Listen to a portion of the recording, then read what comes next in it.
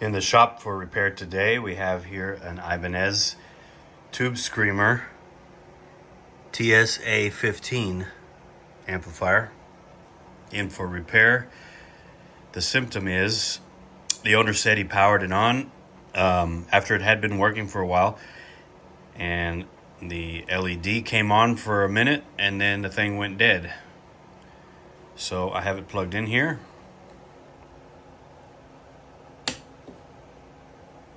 And sure enough, we got nothing. He did say that he did notice the power tubes heaters coming on. So we have nothing there. In fact, we can see the heaters are working. So the heater circuit, so it's getting power, at least to the heaters. But interestingly, we got nothing. Trying to focus the camera. Got nothing on the preamp tubes. I don't know if you can see that through the video, but preamp tubes, I don't see the heaters going. But on the pair of 6v6 GT tubes, we have heaters. So, we might have a power supply issue. We'll find out. So I've gone over the schematic, and right here, these two gray wires are coming off of the secondary, one of the secondary taps off of the power transformer, and this is the supply that goes to the heater circuit for the power tubes right here. So I've checked some other voltages. They all look good coming off of the secondaries. And right here, with the meter set to AC, we've got about 14 volts AC. And according to the schematic, we should be seeing 15 volts DC rectified. Here are the rectifier diodes for that circuit.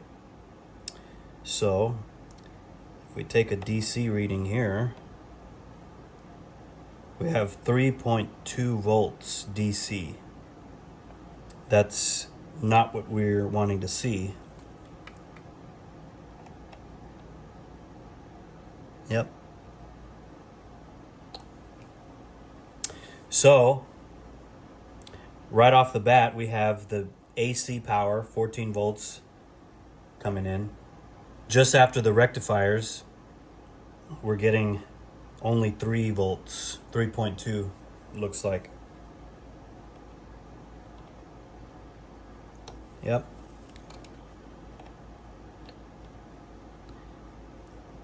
.2. So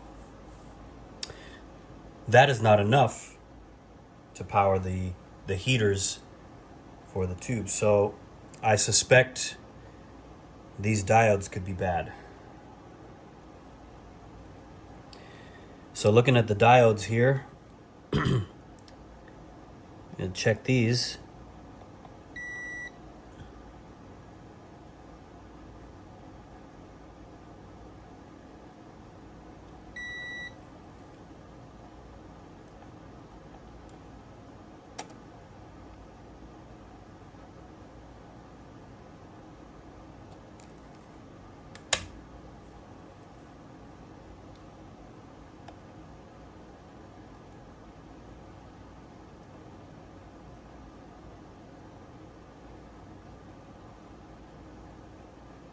Okay, so the reversed bias check, we've got just about 3 volts across it. Forward bias is good, but the reverse should be overload.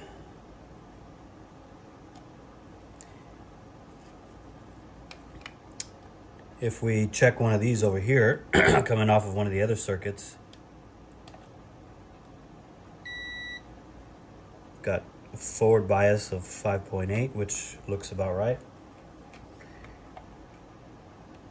Flip it around, we've got overload. Let's check these others over here.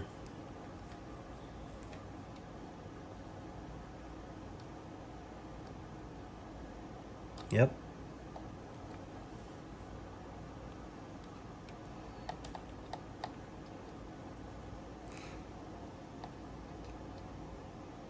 Yep.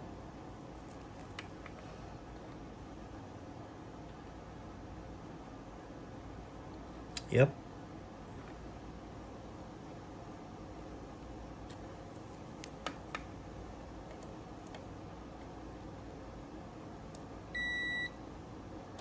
Yep, so those all look good. So on the reverse bias check, those diodes there, those rectifiers all show an overload. Here, on the suspected problem, these all show no overload in reverse.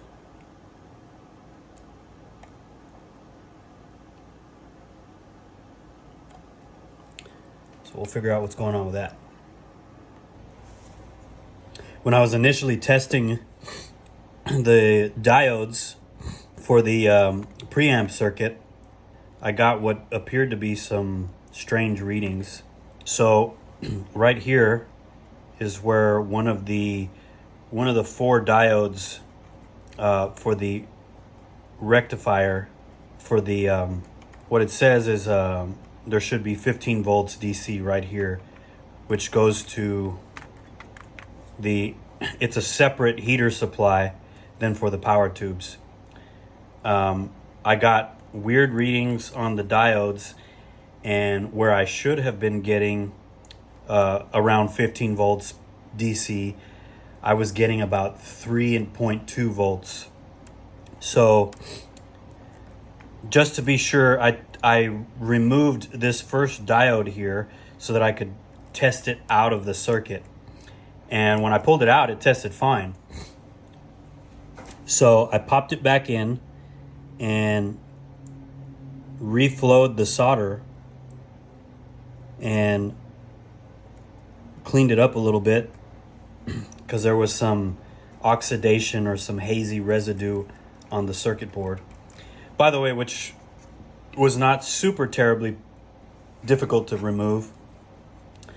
Basically just took out 1, 2, 3, 4, 5, 6 screws, disconnected the quick connects, and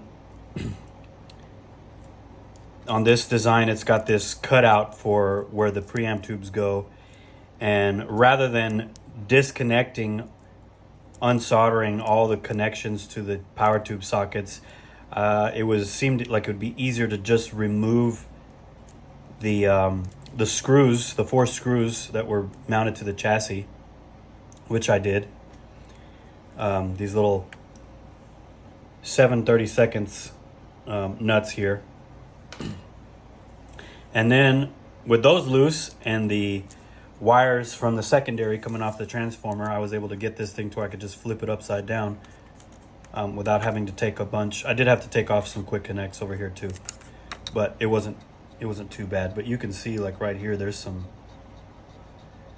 weird residue on not only the backs of the traces, but you can also see it on the solder joints. So what I'm going to go ahead and do is just reflow these solder joints because I don't trust them, and clean up all the traces. So after going over this thing, I don't see anything else. I don't see any burned components or anything like that. So I believe this is just going to be a solder job.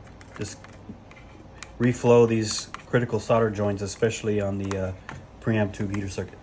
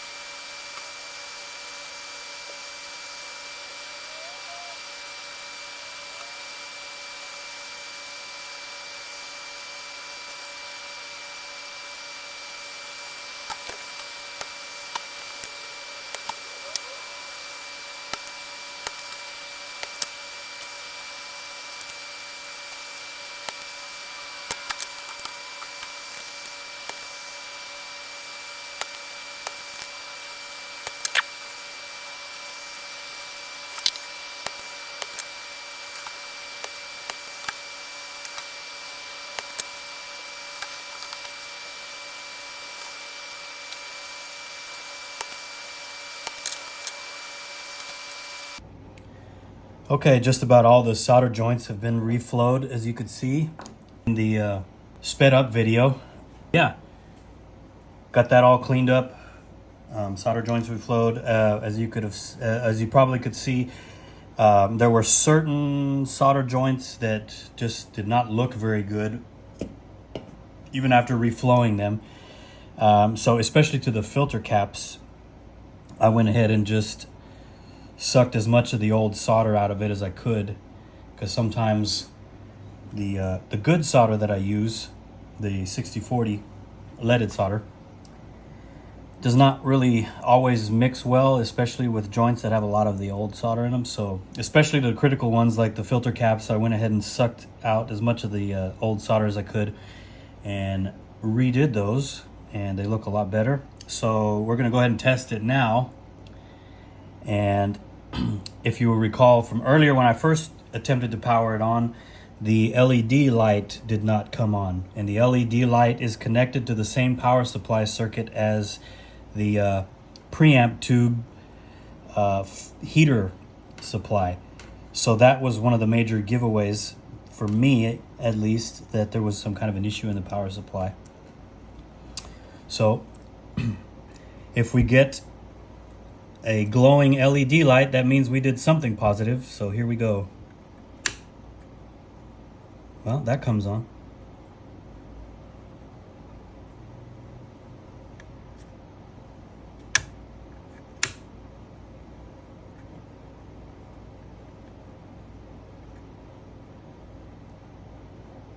So the LED is on, and I've got the power tubes, or the preamp tubes I mean, just plugged in.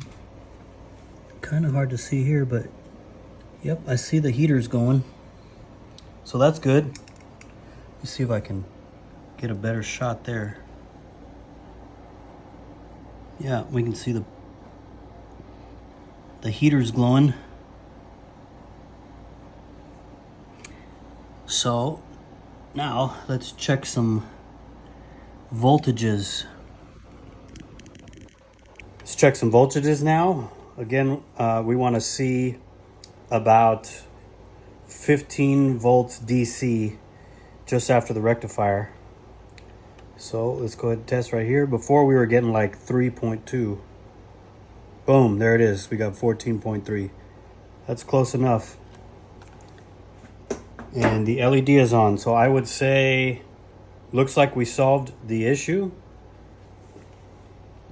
But of course, now we need to hook it all back up and give it a play test. So I'm gonna go ahead and hook all this up, and then I'm gonna hook it up to the current limiter to make sure there's nothing squirrely going on since we've been in it, and hopefully we'll get some sounds out of this thing. So we fixed the issue with the auxiliary power supply. Again, changed all 4 of these rectifier diodes. And as you saw in the other video clips, went through and just did some general things, cleaned up and reflowed a bunch of the solder joints and stuff like that. Put it all up back together, and it powered on and it made sound this time, but it had real low distorted volume. So a little bit of a lesson learned here for me, and this pertains especially to getting information from the owner, and as much information as you can. The owner had told me that the last time he had played it, he remembered it working, and then the time before he brought it into me, turned it on, and the LED went out and it made no sound. That's when he brought it into me. So assuming that it was working aside from the bad power supply issue, I found myself in a little bit of a head scratcher, because it still didn't sound the way I thought it's supposed to sound. And so went through a bunch of things, checked everything out, which is probably a good thing anyway. But what I should have done is what my gut instinct would normally be, and that was to just check the tubes. Now, for those of you who have tube testers can check for shorts and they can check for a bad tube, but they don't always give you a good accurate indication, depending on the tube tester you have, if the tube is not dead but going bad. So I went ahead and pulled the tubes and just used a pair of tester tubes, known good 6v6 tubes that I had. Popped it in and boom, there it was. So then I was like, okay, because I tested the original tubes and I was like, well, why did the tubes test fine? But sure enough, I have a little single-ended 5-watt amp that uses a 6v6 tube, and I use it as a tube tester just to kind of listen to the tubes after I've used my tube tester. And sure enough, one of the tubes was good, and the other tube, I popped it in my tester amp and it gave the same kind of low volume, kind of distorted output sound that I was getting from this amp. So aside from the power supply issue, we also had to order a set of tubes for it. So I got a new pair of JJ 6v6S tubes in here, and I've let them burn in for a little while, and I'm gonna flip it on and check the bias one more time.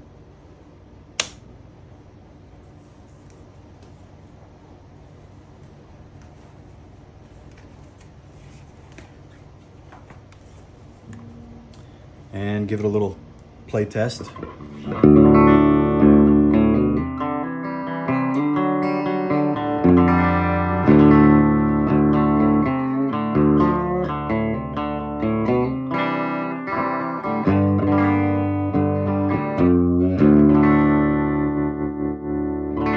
Sounds great.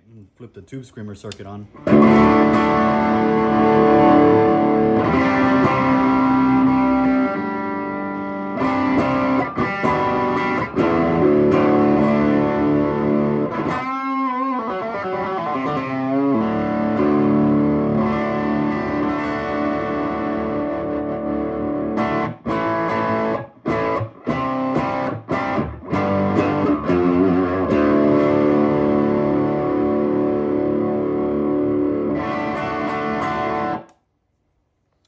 Looks and sounds good to me.